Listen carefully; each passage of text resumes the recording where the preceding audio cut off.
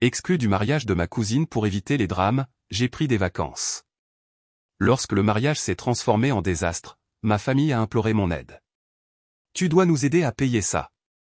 Moi, 32 ans, je n'aurais jamais pensé que ma propre famille me jetterait sous le bus pour préserver la paix, mais nous y voilà. Ce qui a commencé par une exclusion du mariage de ma cousine s'est transformé en la vengeance la plus satisfaisante que j'ai jamais vue se dérouler naturellement. Ma cousine Sarah a toujours été l'enfant chéri de notre famille élargie. 3 ans de plus que moi, elle a tout eu sur un plateau depuis que nous sommes enfants. Lorsqu'elle a annoncé ses fiançailles avec un type avec qui elle sortait depuis 8 mois, toute la famille a réagi comme si c'était le mariage du siècle. Le budget était astronomique. On parle de 80 000 $ pour une seule journée, financée principalement par ses parents, mais avec des contributions attendues de toute la famille élargie. Le drame a commencé 2 mois avant le mariage lorsque la future belle-mère de Sarah a fait une remarque sur le fait de ne pas vouloir certains membres de la famille au mariage car ils pourraient causer des problèmes.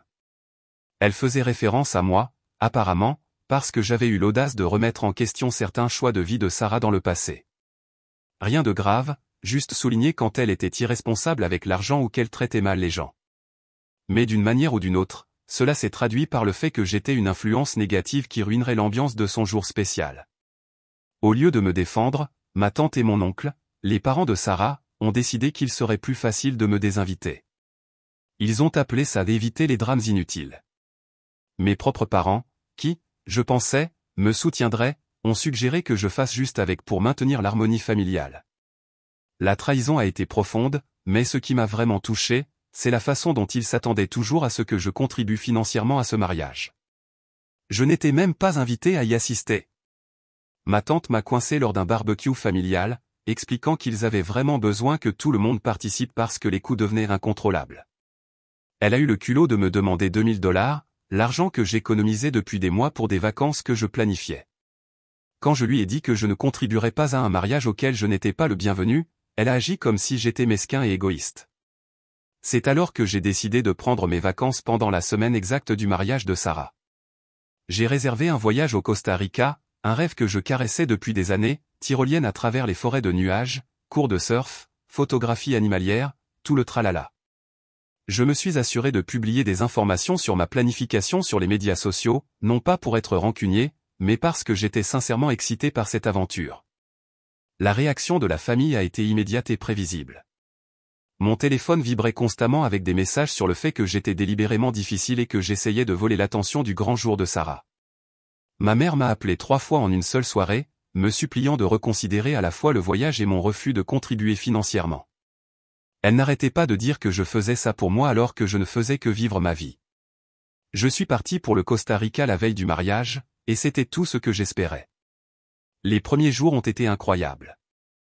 Je faisais de la randonnée dans le parc national Manuel Antonio, j'apprenais à surfer à Tamarindo et je me déconnectais complètement du drame familial à la maison. J'ai désactivé la plupart de mes notifications et je profitais simplement de la liberté d'être dans un endroit magnifique où personne n'attendait rien de moi. Puis, le 4e jour de mon voyage, alors que je prenais mon petit déjeuner dans un café au bord de la plage, mon téléphone a commencé à exploser d'appels manqués et de messages. Quelque chose s'était très mal passé avec le mariage. Le premier message que j'ai vu était de mon cousin Jack, le frère de Sarah, et il ne contenait que 3 mots, mariage est ruiné. Mon estomac s'est noué alors que je parcourais des messages de plus en plus frénétiques de divers membres de la famille. Apparemment, le mariage s'était transformé en un désastre absolu, et maintenant tout le monde était en pleine panique. Voici ce qui s'était passé. Le nouveau mari de Sarah avait une addiction secrète aux jeux dont personne n'était au courant. 3 jours avant le mariage, il avait pris l'argent qu'ils avaient économisé pour leur lune de miel, environ 15 000 $, et l'avait perdu en une seule nuit dans un casino. Mais le pire, c'est qu'il avait aussi menti sur son travail. Il avait été licencié 6 mois plus tôt et avait fait semblant d'aller au travail tous les jours, accumulant des dettes de cartes de crédit pour maintenir l'illusion. La vérité a éclaté lors du dîner de répétition lorsque son ancien patron s'est présenté, apparemment après l'avoir retrouvé au sujet d'un équipement manquant de l'entreprise. La confrontation a eu lieu juste là devant les 2 familles, son ex-patron exigeant de savoir pourquoi il avait ignoré les appels concernant le retour d'un ordinateur portable de l'entreprise et de certaines licences de logiciels coûteuses. Sarah était mortifiée, mais elle a décidé de se marier quand même, pensant qu'il pourrait s'en sortir. Grosse erreur. Pendant la réception, Alors que tout le monde dînait, 2 hommes en costume sont apparus avec des documents juridiques. Il s'avère que son nouveau mari devait de l'argent à des personnes très sérieuses. Pas seulement au casino, mais aussi à des usuriers auprès de qui il avait emprunté pour essayer de récupérer ses pertes. Les hommes n'étaient pas violents ou menaçants, mais ils ont clairement indiqué que la dette était désormais aussi le problème de Sarah. Puisqu'ils étaient légalement mariés, ils voulaient 35 000 $ immédiatement ou ils intenteraient une action en justice pour saisir des biens. Toute la réception s'est arrêtée alors que ces recouvreurs expliquaient la situation à une salle remplie d'invités au mariage. Mais le pire était encore à venir. Désespéré, le nouveau mari de Sarah avait falsifié sa signature sur une demande de prêt, utilisant la maison de ses parents comme garantie. Il avait emprunté 20 000 $ de plus sur leur propriété à leur insu, et ce paiement était déjà en retard. La réception de mariage s'est transformée en une réunion de gestion de crise. Sarah pleurait, ses parents étaient furieux et le marié n'arrêtait pas de s'excuser et de promettre qu'il pouvait tout arranger. La moitié des invités sont partis plus tôt, et l'autre moitié est restée pour regarder le drame se dérouler comme s'il s'agissait d'une émission de télé-réalité. Mon téléphone n'arrêtait pas de vibrer avec des mises à jour tout au long de la journée. Ma tante faisait une dépression parce qu'elle risquait de perdre sa maison. Mon oncle parlait de porter plainte contre son nouveau gendre. Sarah alternait entre la défense de son mari et la menace de faire annuler le mariage immédiatement.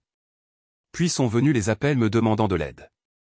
D'abord, c'était ma mère qui expliquait la situation et me demandait si je pouvais rentrer chez moi plus tôt pour aider la famille à trouver une solution. Quand je lui ai rappelé que j'avais été désinvité de ce mariage précisément pour éviter les drames, elle s'est tue un instant avant de dire que c'était différent et que la famille devait rester soudée. Ensuite, ma tante m'a appelé directement et a sangloté au téléphone en disant qu'ils avaient besoin d'argent pour rembourser les dettes avant de perdre leur maison. Elle m'a demandé si je pouvais leur prêter les 2 000 $ qu'ils avaient initialement voulu pour le mariage, plus tout ce que je pouvais épargner. L'ironie ne m'a pas échappé. Le même argent qu'ils avaient exigé pour un mariage auquel je ne pouvais pas assister était maintenant désespérément nécessaire pour nettoyer le désordre que ce mariage avait créé. Mon oncle a appelé 1 heure plus tard avec une approche différente. Il a essayé de me culpabiliser en disant que j'étais le seul membre de la famille avec des économies qui pouvaient les aider à traverser cette crise. Il m'a rappelé toutes les fois où il m'avait aidé au fil des ans et que c'était ma chance de leur rendre l'appareil. Quand j'ai souligné qu'il m'avait littéralement exclu de l'événement familial qui avait causé ce problème, il s'est mis sur la défensive et a dit que je gardais rancune au pire moment possible. Même Sarah elle-même m'a appelé, ce qui était surprenant car nous nous étions à peine parlé depuis des mois. Elle pleurait et s'excusait, admettant que m'exclure du mariage avait été une erreur, mais me suppliant de les aider quand même. Elle n'arrêtait pas de dire qu'elle ne savait plus quoi faire et que j'étais la seule personne qui pourrait avoir assez d'argent pour aider à résoudre ce problème. L'appel le plus frustrant est venu de mon père, qui a essayé d'adopter une approche logique. Il a expliqué que bien que la situation soit compliquée, la famille devait se réunir pour la résoudre. Il a suggéré que je pourrais écourter mes vacances, rentrer à la maison et les aider à établir un plan de paiement avec les créanciers. Quand j'ai demandé pourquoi je devrais renoncer à mes vacances pour résoudre un problème créé par un mariage auquel je n'étais pas autorisé à assister, il a dit que j'étais têtu et que je faisais ça à cause de ma blessure émotionnelle. Voilà le truc, je n'étais pas insensible à leur situation. Ce qui est arrivé à Sarah était vraiment horrible, et je ne souhaiterais ce genre de trahison à personne. Mais le manque total de conscience de soi de ma famille était stupéfiant. Ils m'avaient exclu, avaient rejeté mes sentiments, avaient exigé mon argent, puis s'attendaient à ce que je laisse tout tomber pour les renflouer lorsque leur mariage parfait s'est transformé en cauchemar. J'ai passé une journée à y réfléchir en faisant de la tyrolienne à travers la forêt de nuages. Suspendu au-dessus de la canopée avec rien d'autre que le son des singes hurleurs et des oiseaux tropicaux, j'ai acquis une certaine clarté sur la situation. Ma famille avait fait son choix en décidant que je ne valais pas la peine d'être inclus. Maintenant, ils étaient confrontés aux conséquences de ce choix, et ce n'était pas ma responsabilité de le réparer. J'ai rappelé ma mère ce soir-là et je lui ai dit que je n'écourterais pas mes vacances et que je ne contribuerais pas financièrement à la résolution de cette crise. J'ai expliqué que je sympathisais avec ce que Sarah traversait, mais que la famille avait clairement indiqué que je ne faisais pas vraiment partie de leurs décisions importantes. Si je n'étais pas assez bien pour être inclus dans la célébration, je n'étais pas obligé d'aider au nettoyage. La réaction a été immédiate et explosive. Ma mère m'a accusé d'être sans cœur et vindicatif. Ma tante m'a traité d'égoïste et a dit que j'abandonnais la famille au moment où elle avait le plus besoin de moi. Même mon cousin Jake, avec qui je m'étais toujours bien entendu, m'a envoyé un long message sur la façon dont il était déçu de ma réponse. Mais voici ce qui a vraiment scellé ma décision. Mon oncle m'a rappelé une fois de plus et, au lieu de s'excuser pour la façon dont il m'avait traité, il a essayé de me blâmer pour toute la situation. Il a dit que si j'avais simplement contribué l'argent qu'ils avaient demandé à l'origine, il n'aurait pas eu à dépendre autant des contributions du marié, et peut-être aurait-il découvert ses mensonges plus tôt. D'une manière ou d'une autre, dans son esprit, mon refus de payer pour un mariage auquel je n'étais pas invité avait contribué au désastre. C'est alors que j'ai réalisé que ce n'était pas vraiment une question d'argent. Il s'agissait de contrôle et d'attente. Ma famille s'attendait à ce que je sois disponible pour leurs besoins tout en étant exclu de leur vie. Ils voulaient mon soutien financier sans ma présence réelle, mon aide sans mon apport, ma loyauté sans leur respect. J'ai terminé mes vacances au Costa Rica, en publiant des photos de magnifiques couchers de soleil et d'aventures animalières pendant que mon téléphone continuait de vibrer avec des messages de plus en plus désespérés de chez moi. J'ai appris à surfer, à faire de la randonnée dans les parcs nationaux et j'ai mangé certains des meilleurs repas de ma vie. Pendant ce temps, la crise familiale continuait de se dérouler à la maison. Mise à jour 1. Je suis revenu du Costa Rica pour constater que la situation familiale avait en quelque sorte empiré. Sarah avait décidé de rester mariée à son mari, convaincue qu'elle pouvait l'aider à surmonter sa dépendance au jeu. Ses parents étaient furieux de cette décision, d'autant plus que cela signifiait qu'ils étaient toujours responsables du prêt falsifié sur leur maison. Les recouvreurs avaient été étonnamment patients, acceptant un plan de paiement, mais cela nécessitait un paiement partiel immédiat de $10 000 pour montrer leur bonne foi. Ma tante et mon oncle se sont efforcés de réunir cet argent, en demandant à tous les membres de la famille et amis auxquels ils pouvaient penser. Ils avaient réussi à collecter environ $6 000, mais il en manquait encore. Quand je me suis présenté au barbecue familial le week-end après mon retour, l'atmosphère était tendue. Les gens étaient polis avec moi, mais je sentais le ressentiment. Mon cousin Jake m'a pris à part et m'a demandé une fois de plus si je reconsidérerais l'idée d'aider avec l'argent. Quand j'ai dit non, il a secoué la tête et a dit qu'il ne comprenait pas comment je pouvais regarder la famille se débattre comme ça. C'est alors que ma tante a surpris et a décidé de me confronter directement devant tout le monde. Elle s'est levée à la table de pique-nique et a annoncé à haute voix qu'elle ne pouvait pas croire que j'étais prêt à les laisser perdre leur maison à cause de mesquins sentiments blessés. Elle a dit que j'étais cruel et égoïste et qu'elle ne s'était jamais attendue à ce genre de comportement de la part de la famille. Tout le barbecue s'est tu, et j'ai réalisé que c'était mon moment. Je me suis levé et j'ai calmement expliqué à tout le monde exactement ce qui s'était passé. Je leur ai rappelé que j'avais été exclu du mariage précisément pour éviter les drames. J'ai souligné qu'ils s'attendaient toujours à ce que je contribue à hauteur de $2 000 à un événement auquel je n'étais pas autorisé à assister. J'ai expliqué que j'avais utilisé cet argent pour des vacances à la place, ce qui était exactement ce que je leur avais dit que j'allais faire. Puis j'ai posé la question à laquelle personne ne voulait répondre. Si je n'étais pas assez important pour être inclus dans la célébration familiale, pourquoi étais-je soudainement essentiel pour la crise familiale? J'ai souligné qu'il ne pouvait pas avoir le beurre et l'argent du beurre.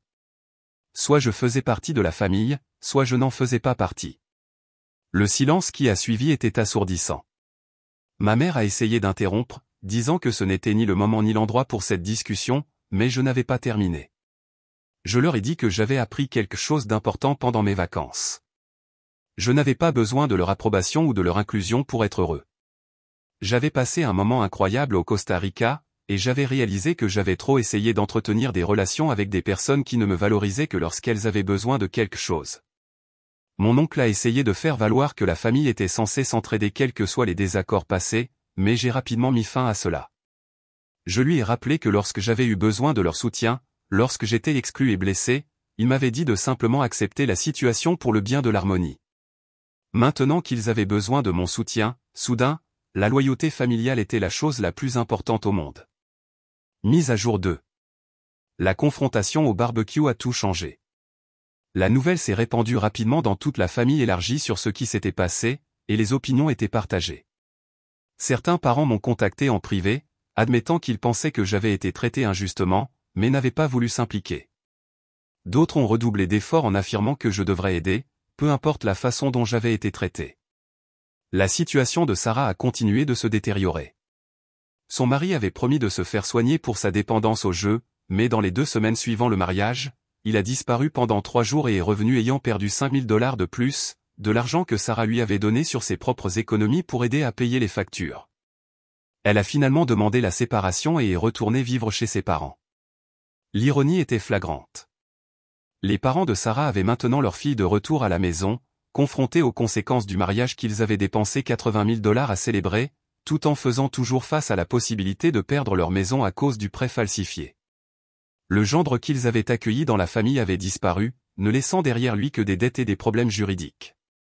Ma tante a fait une dernière tentative pour obtenir de l'argent de moi. Cette fois, adoptant une approche différente, elle est venue seule à mon appartement sans le reste de la famille et a essayé de faire appel à moi personnellement. Elle s'est excusée pour la façon dont j'avais été traité concernant le mariage, admettant qu'il avait été mal de m'exclure.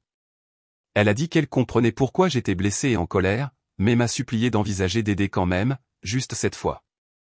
J'ai écouté tout son discours, et je pouvais voir qu'elle était vraiment désespérée. Mais ensuite, elle a dit quelque chose qui a révélé qu'elle ne comprenait toujours pas vraiment la situation. Elle m'a dit que si je les aidais cette fois, elle s'assurerait que je serais inclus dans tous les événements familiaux futurs.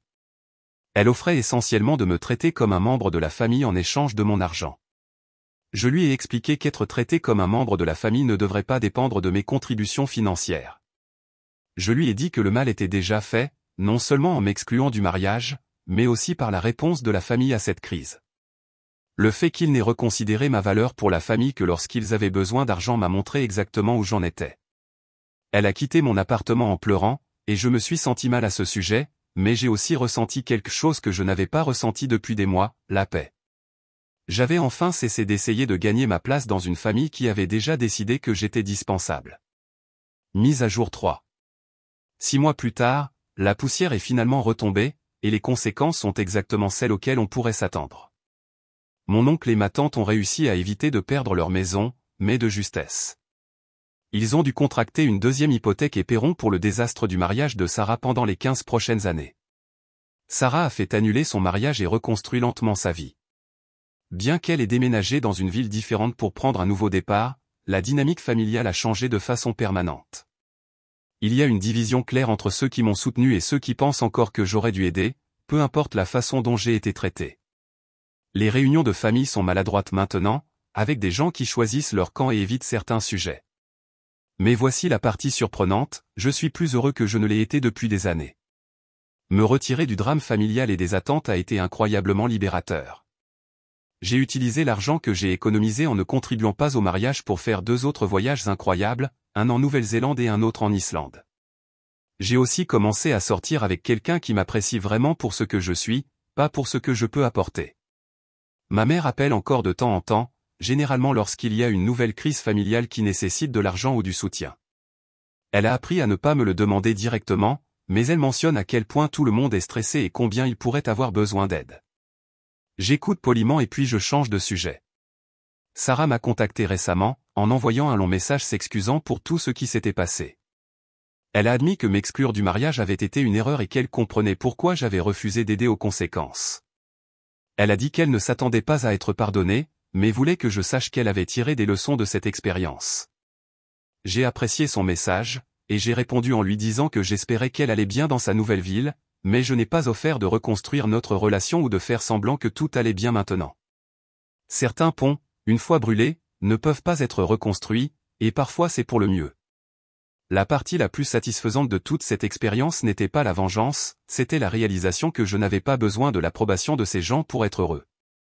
Ils m'avaient exclu de leur célébration, et ce faisant, ils m'avaient libéré de leurs attentes. Leur désastre de mariage n'était pas de ma faute, et leur crise financière n'était pas de ma responsabilité. J'ai appris que parfois, la meilleure réponse à l'exclusion est de rester exclu. Ils me voulaient parti quand tout allait bien, alors je suis resté parti quand les choses ont mal tourné. Et honnêtement, ma vie a été bien meilleure sans le drame et la manipulation constant.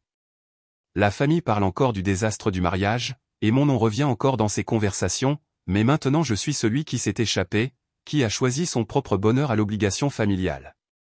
Et chaque fois que je regarde les photos de mon voyage au Costa Rica ou que je planifie ma prochaine aventure, je me rappelle que parfois, la meilleure vengeance est simplement de bien vivre.